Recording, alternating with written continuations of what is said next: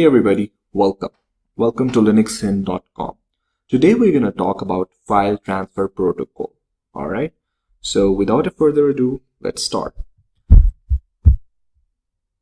So the file transfer protocol is basically, it's on both sides, on client side and server side as well. Okay, so basically what it does that it allows a system to transfer the files from one end to another end, basically from one remote system to another remote system. Okay, so you could ask that why do we need to have that file transfer protocol? Basically what it does that it organizes the you can say the basic function of it is to send the files. Okay, so it is specialized sort of thing which has been only created to send the files from one remote system to another remote system. Okay, so like if you want to access the FTP server, basically you can access it as an anonymous user as well, but here we're going to talk about specifically using the username and password. So if you're accessing a private server on a private site, you would have to enter username and password. Okay, so the file transfer protocol FTP, by definition, the idea is that it does not support encryption.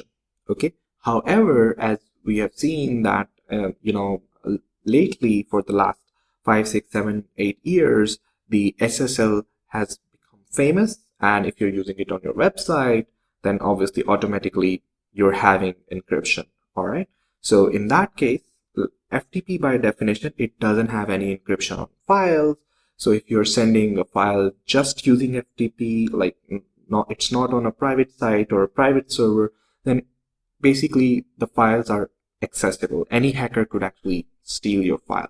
Okay, so but SSL, it does not basically stop SSL from not encrypting the file, but by definition FTP cannot actually encrypt the file.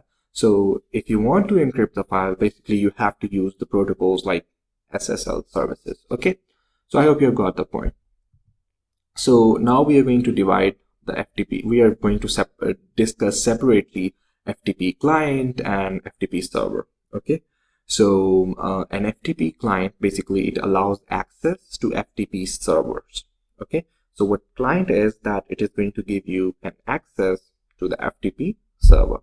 All right, so there are a large number of clients which are available. So using FTP, basically it is really simple. You just have to put in a few simple commands. So if you want to access the server, then you have to just, if you want to use FTP, you just have to write FTP and then basically the server name. Okay, so if you want to, there is another way that you can use, which is basically you write FTP, you hit enter, you execute the command, and then you write open server name. So basically these two ways are going to produce the same result. All right, so moving on to the next point. This is important, so please listen to it. So the protocol, the FTP itself, it allows the transfer of file in two basic formats. Number one is ASCII format, and the number two is basically the binary format, or the binary mode, you could say. So it is really necessary for you to decide that which mode are you going to use. Okay, so what type of file you are going to transfer. So the downside is that if you're basically, let's say if you're in the binary mode and you're transferring an ASCII file or ASCII file, then you're going to lose the file, you're going to lose the data. Okay, so the format and the file has to match. So if you're sending a binary file, you better make sure that you are in the binary mode, and if you are in the ASCII mode, you better make sure that you're sending the ASCII file. Okay, so I hope you have got the point. So basically switching between these two commands is really easy. You can do it. All right, so if you want to download files, then you have a very simple command. I think it is get. Yes, so get, and then you're going to write the file name. Okay, so similarly, if you want to send the file via FTP, then you're going to write put, and then you're going to write the file name. Okay, so basically, if you want to write on the server's directory, you've got to have that authentication. Okay, you have to be an authorized user in order to write on server's directory. However, you can actually write commands and make some changes locally as well. So if you want to do that, you just have to add an exclamation mark just before writing the command. So for example, I have given an example here. So if you want to access the temporary file on FTP server, so you're just going to write like an exclamation mark, then you're going to write the command, for example cd and then /tmp. Okay, so I hope you have got the point. Similarly, for example, if you are trying to access the user login file, then you just write here exclamation mark cd and then obviously the path to that file. Okay, so I hope you got the point.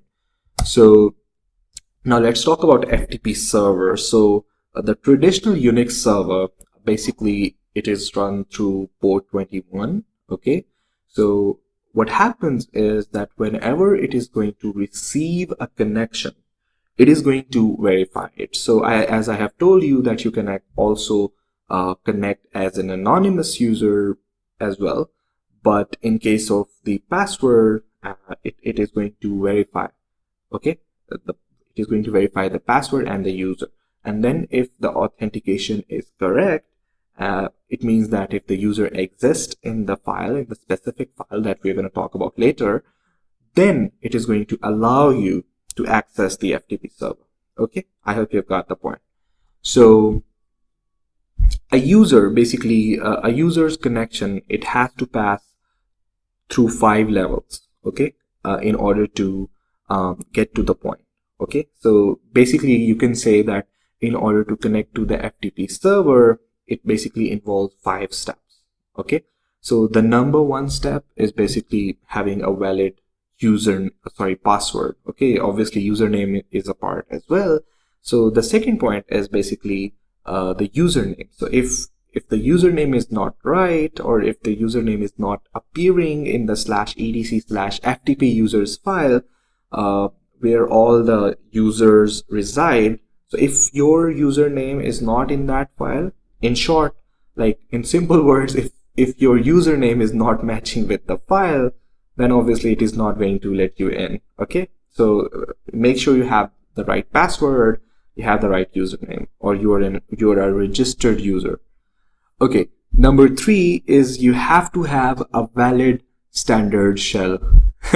You could wonder that why my FTP server is not connecting. It might be the reason that you do not have a valid standard shell. Okay, so make sure that you have a valid standard shell in order to connect with the server. Okay, so number 4, that if it appears in that the user is appearing in the /etc/ftp chroot folder, so it is going to shift it to the home directory, because obviously if you are using Linux, we don't want to we don't want to make things complicated, right? So that's why we do things outside the root folder, okay, normally. So here we're going to do the same thing. So we don't want to make changes which could actually ruin our server, or which could actually ruin our system. So that's why what we are doing, that we are, as soon as it appears in the root folder, we are going to shift it to the home directory.